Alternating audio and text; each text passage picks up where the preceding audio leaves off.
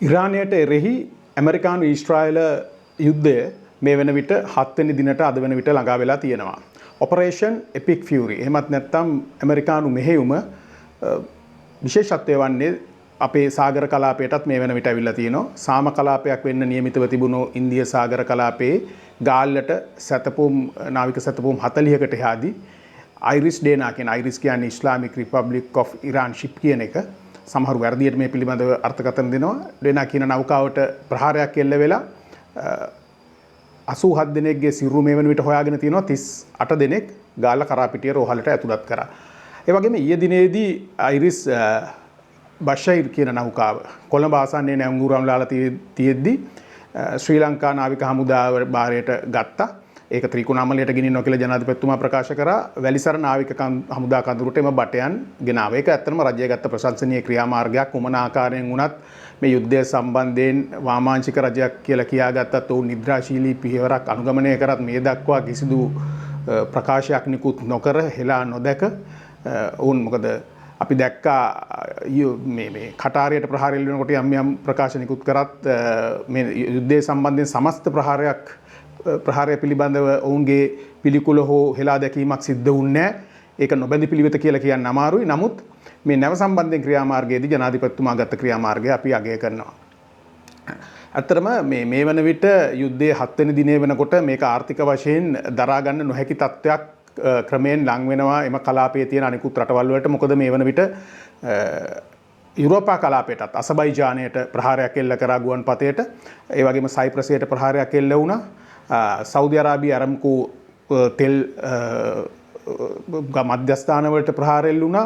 කටාරය ඔවුන්ගේ ස්වාභාවික වායු වලට එල්ල වූ ප්‍රහාර නිසා LNG නිෂ්පාදනය නවත්තලා තියෙනවා. ඒ වගේම බහරේනයට ප්‍රහාර එල්ල වුණා අද දිනේදීත්. මේ එක්කම විශේෂයෙන්ම මේ කලාපයේ ඇමරිකානු කඳවුරු 19ක් මේ කලාපය තුල ස්ථාපිතයි.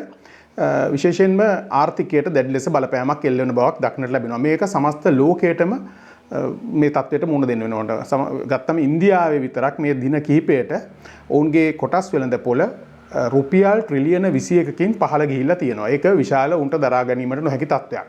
දැන් ජනාධිපති ඩොනල්ඩ් ට්‍රම්ප් ප්‍රකාශ කරා සති 4ත් 6ත් අතර කාලයකදී මෙම යුද්ධය නිමා කරන්නට උන් සමත් වෙන්න ඕන කියලා.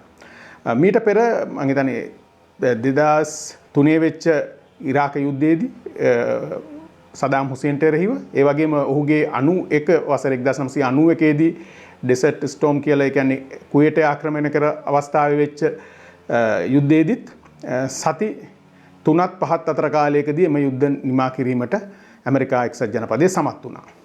නමුත් මෙහි විශේෂත්වය වෙන්නේ ඉතාමත් බලාපොරොත්තු නොවූ ආකාරයේ ප්‍රතිප්‍රහාරයක් මේ වෙන විට එල්ල කිරීමට ඉරානය සමත් වෙලා තියෙනවා. ඒක අයන් ඩෝම් පද්ධතිය විනිවිද ගිහිල්ලා ඊශ්‍රායලයටත් දැඩි හානි වෙලා තියෙනවා. ඒ වගේම කොතරම් ගුවනින් ප්‍රහාර එල්ල කරත් 100%ක් සාර්ථක වුණා කියලා කියන්න අමාරුයි. මේ වෙනට ඉරානය තුල තියෙන ඉතාම සංස්කෘතික වැදගත්කමින් යුතු යුනෙස්කෝ මධ්‍ය සංස්කෘතික උරුමයන් බවට පත්වෙච්ච ස්ථාන හානියට පත් වෙලා තියෙන ක්‍රීඩාංගන වලට වඩා පවා පහර දීලා තියෙනවා. නමුත් ඇමරිකාව බලාපොරොත්තු වුණේ ඒ කියන්නේ මීට පෙර තිබිච්ච ඉරාන උද්ඝෝෂණවලදී ජෙන්සි තරුණයන් ඒ වගේම තරුණියන් පාරට බැහැලා කර උද්ඝෝෂණ කර ආකාරයටම මේ ප්‍රහාරات එක්ක උන් එළියට එයි කියලා. ඒ කියන්නේ ඒ සඳහා රුකුලක් දීමට තමයි පොලිස් ස්ථාන සහ රාජ්‍ය මාධ්‍ය ආයතන වලට ප්‍රහාර එල්ල කරේ. නමුත් ඒ තත්ත්වය මේ වන විටත් දකින්නට ලැබෙන්නේ නැහැ.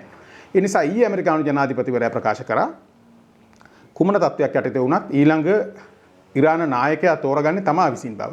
එසේ ප්‍රකාශ කිරීමට ඔහුට තියෙන සදාචාරාත්මක අයිතිය කුමක්ද කියන්න අපි දන්නේ නැහැ. නමුත් මේ සඳහා කුර්දිස්තාන හමුදාවක්, ඒ කියන්නේ උතුරු ඉරානය, උතුරු ඉරාකය තමන්ගේ නිජ භූමිය අහිමි වෙච්ච කුර්දිස්තාන් කණ්ඩායම් කිහිපයක් සිටිනවා, ගරිල්ලා බට කණ්ඩායම්. ඔවුන් හරහත් ප්‍රහාරයක් දියත් කිරීමට ඉරාන හමුදාවට එරෙහිව ඇමරිකාව සූදානම් වෙනවා කිව්වා. ඒ වගේම අපිට අද මාධ්‍ය මගින් දැනගන්න ලැබුණා එම කුර්දිස්තාන කණ්ඩායම් වලටත් ඉරානය විසින් ප්‍රහාර එල්ල කරලා තියෙනවා. ඒ වගේම තාඩ් රේඩාර් පද්ධති වගේ ඩොලර් බිලියන ගණන් වටින ඇමරිකානු යටිතලත් විනාශයට පත් වෙලා තියෙනවා.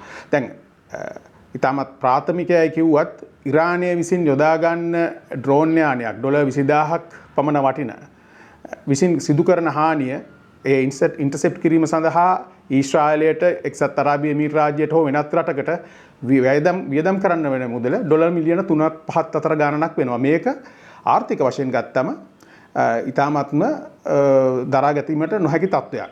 මොකද මේ වෙන විටත් 7 වෙනි දිනටත් යුද්ධය ක්‍රියාත්මකයි. ඉරානයේ එකම අරමුණ මේක අල්ලගෙන ඉන්න එක, ඒ කියන්නේ සර්වයිව් වෙන එක. ඒ කිරීමට වුන් සමත් වුණොත් ලෝක ආර්ථිකයට විශාල වශයෙන් මේ දීර්ඝ කාලීනව බලපානවා. දැන් ඇමරිකාව ඇයි ඉරානයට පහර දෙන්නේ? ප්‍රධාන වශයෙන්ම ඔවුන්ගේ 2001 වසරේ ඔසාමා බින් ලාඩන්ගේ 9/11 ලෝක වෙළඳ මධ්‍යස්ථානයට වෙච්ච ප්‍රහාරයෙන් පස්සේ ඔවුන් තෝරාගත්ත රටවල් කිහිපයක් තිබුණා මිහිතලයෙන් මකා දමන්න ඕන කියලා. ඒ කියන්නේ ලිබියාව, ඇෆ්ගනිස්තානය, ඉරාකය, ඉරානය පමණයි මේ අතරින් මේ වන විට ඉතුරු වෙලා තිබිච්ච එකම රට. ජනාධිපති ඔබාමා සමග ඔවුන් ගිවිසුමකට එළඹුණා 2015 වසරේදී සාම ගිවිසුමකට. ඒ කියන්නේ අනාගතයේ න්‍යෂ්ටික අවිහරණ වැඩසටහනකට.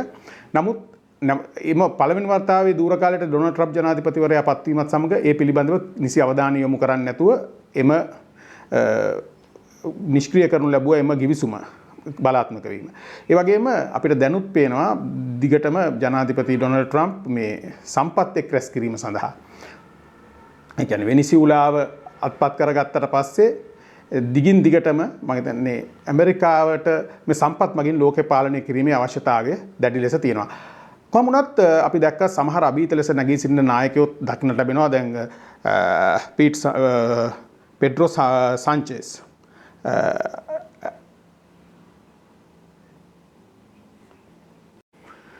ස්පාඤ්ඤ අගමැතිවරයා විශේෂයෙන් ප්‍රකාශ කරා ඔහුගේ භූමිය ඇමරිකානු හමුදාවන් භාවිතා කිරීමට ඔහු දැඩි ලෙස විරුද්ධ වන බව. ඒ වගේම එසේ ප්‍රකාශ නිකුත් කරන නායකයන් ගණනාවක් දක්නට ලැබෙනවා. මේ ආර්ථික ගැටලුවත් සමග මේ යුද්ධය විශේෂයෙන් මේ තෙල් මිල වැඩිවීමට විශේෂයෙන්ම බලපාන ප්‍රධාන සාධක වෙන්නේ ලෝක ඉන්ධන සැපයීමෙන් 120ක් මෙම කලාපයෙන් එන්නේ. එම 120 නොලැබීම නිසා ලෝකයේ ඉන්ධන මිල ඉහළ යන්න පුළුවන්. අද ඉන්දියාවට රුසියානු තෙල් මිලදී ගැනීම සඳහා අවසරයක් ලබා දෙනවා කියලා මාසයක කාලය සඳහා ඇමරිකානු රාජ්‍ය දෙපාර්තමේන්තුවේ නිවේදනයක් නිකුත් වුණා. ඉතින් මේ බලශක්ති අර්බුදය වේගයෙන් ඉහළ යනවා. ඒ වගේම අපිට විශේෂයෙන්ම කියන්න පුළුවන් මේ ඉතිහාසයේ ඉඳලා පැමිණි මේ CIA සහ MI5 කුමන්ත්‍රණ රාශියකට යටත් වෙච්ච රාජ්‍යයක් තමයි ඉරානය. මොහමඩ් මුසඩික් කියන ඔවුන්ගේ තෙල් ජනසතු කරපු ජනාධිපතිවරයා බලයට පත් වෙන්නේ 1951 දී. ඔහු බලයෙන් පහ කරනු ලබන්නේ ඇමරිකානු සහ බ්‍රිතාන්‍ය රහස් ඔත්තු සේවාවල මෙහෙයුමක් මගින්. ඊට පස්සේ තමයි මේ ෂා රජතුමා බලයට ගේන්නේ. ඔහු 1967 නිවාස අඩස්සිය තමයි මිය යන්නේ. මේ මතකයන් තවමත් ඉරාන ජනතාව තුළ තියෙනවා.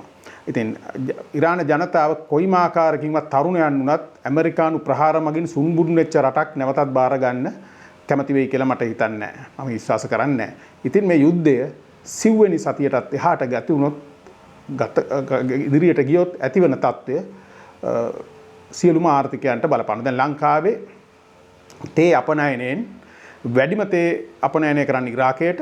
ඉරානයත් අපේ සිව්වෙනි ස්ථානයේ සිටිනවා. ඒ වගේම මේ කලාපයට තමයි අපේ විශාල තේ අපනයනය යන්නේ. ඒ වගේම අපේ විශාල ශ්‍රමිකයන් පිරිසක් ඒ කලාපයේ සිටිනවා. ඒ වගේම සංචාරක ව්‍යාපාරයට මේ වෙන විටත් මම හිතන්නේ බුකින් කැන්සල් වීම පිළිබඳව විශාල වශයෙන් තොරතුරු වාර්තා වෙනවා සංචාරක කලාපවලින්. මේ යුද්ධය අප වගේ රටකට විශාල වශයෙන් බලපානවා අනාගතයට. ඉතින් අපි බලාපොරොත්තු වෙමු සුබදායී ආකාරයට ඉදිරි සති කිහිපය ගත වෙයි කියලා.